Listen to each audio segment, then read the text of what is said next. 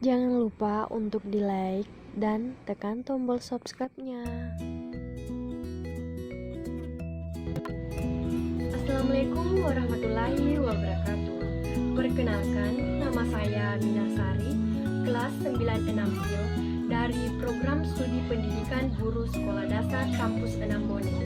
Adapun video kali ini bertujuan untuk memenuhi tugas akhir dalam mata kuliah Demokrasi dan HAM.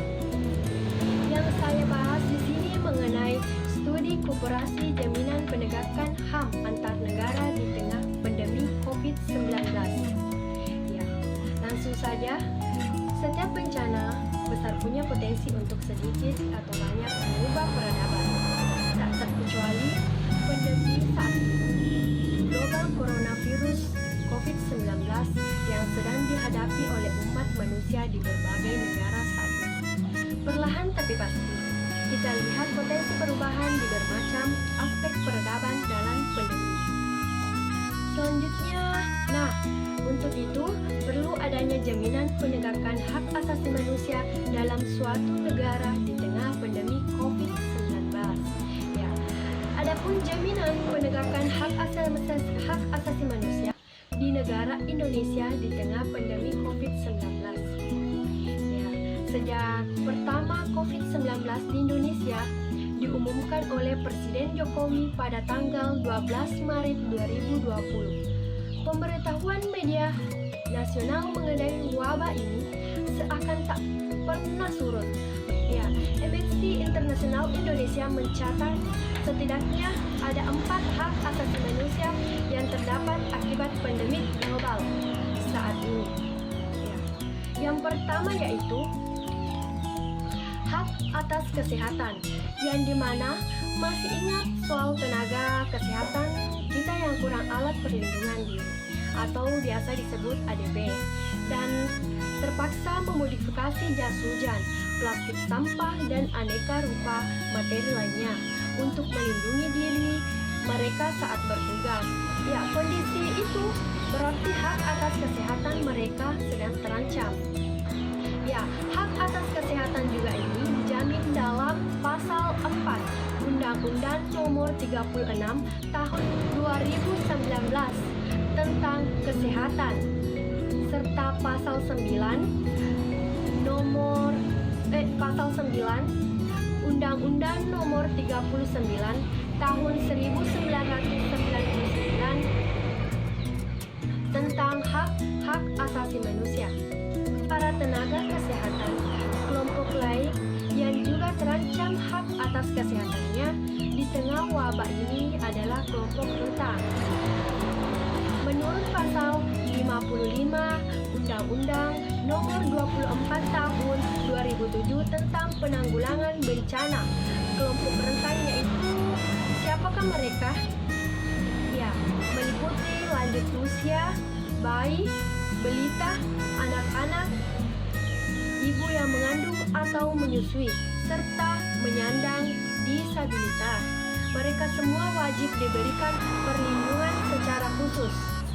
Dengan demikian, pemerintah memiliki alasan untuk melakukan karantina di wilayah Indonesia, isolasi, pemberian vaksinasi, disinfeksi, dekontaminasi terhadap orang sesuai indikasi, pembatasan sosial berskala besar terhadap alat angkut dan barang-barang atau penyehatan, pengamatan, dan pengendalian terhadap media lingkungan.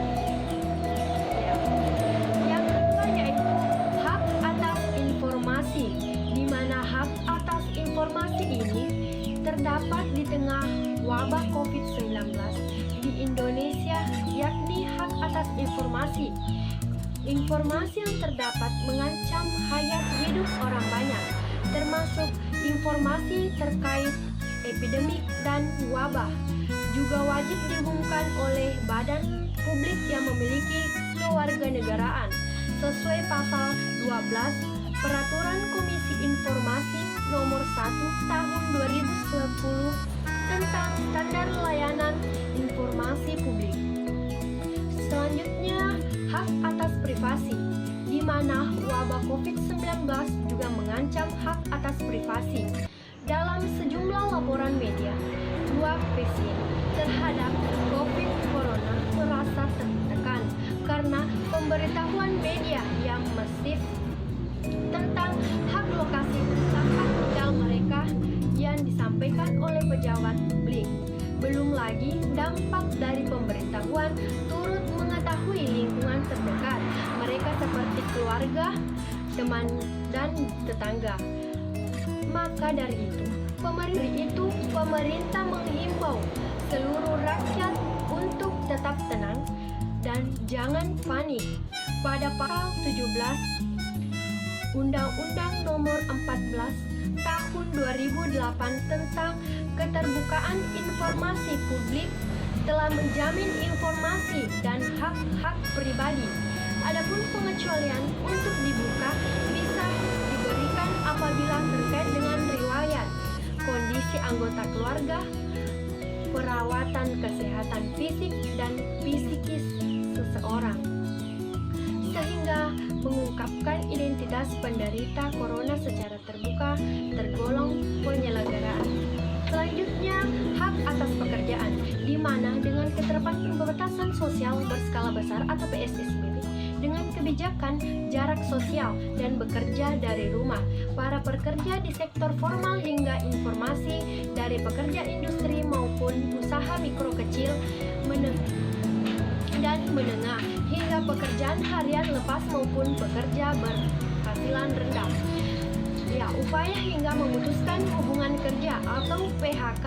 Jika perusahaan memilih untuk memotong cuti bagi pekerja yang tidak masuk berbagai salah satu cara pengendalian COVID-19, maka pemerintah wajib memastikan perusahaan telah membayarkan upah pekerja sesuai dengan paragraf 41 Komentar Umum Nomor 23 Tahun 2016 mengenai hak atas pekerjaan. Ya, itulah jaminan hak asasi manusia di negara Indonesia. Berbeda dengan negara tetangga kita, yakni Malaysia. Di Malaysia harus membatasi segala bentuk pergerakan penduduknya demi mencegah penyebaran COVID-19. Tidak menjamin hak asasi manusia. Dibuktikan bahwa di Malaysia menuntut segala aktivitas dari dalam maupun luar negaranya. Kebijakan keras yang diambil Perdana Menteri Muhyiddin Yassin pada Rabu 18 Maret 2020 melalui itu sangat merugikan warga, khususnya kelompok menengah ke bawah.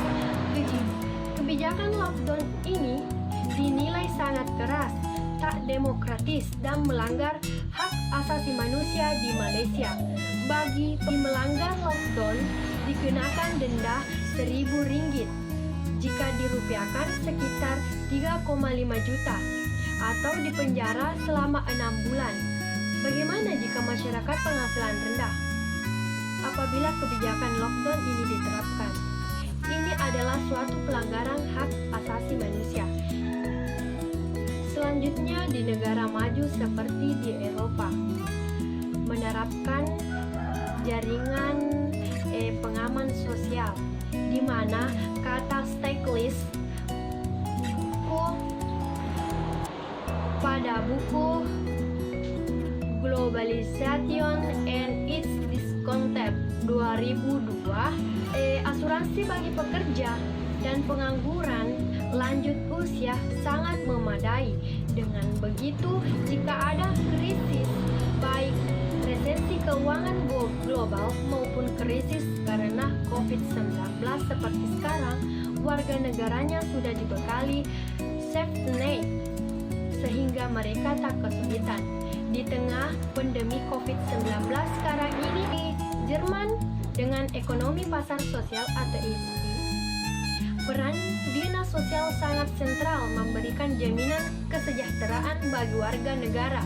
Dinas sosial sudah mengetahui tanggung jawabnya memberikan jaminan bagi warga tak mampu. Jika ada warga negara tak mampu dalam krisis seperti ini, diklaim ke dinas sosial. Respon akan datang dengan cepat dan Eropa. Ya, Semoga bermanfaat ya teman-teman informasi yang saya berikan. Assalamualaikum warahmatullahi wabarakatuh.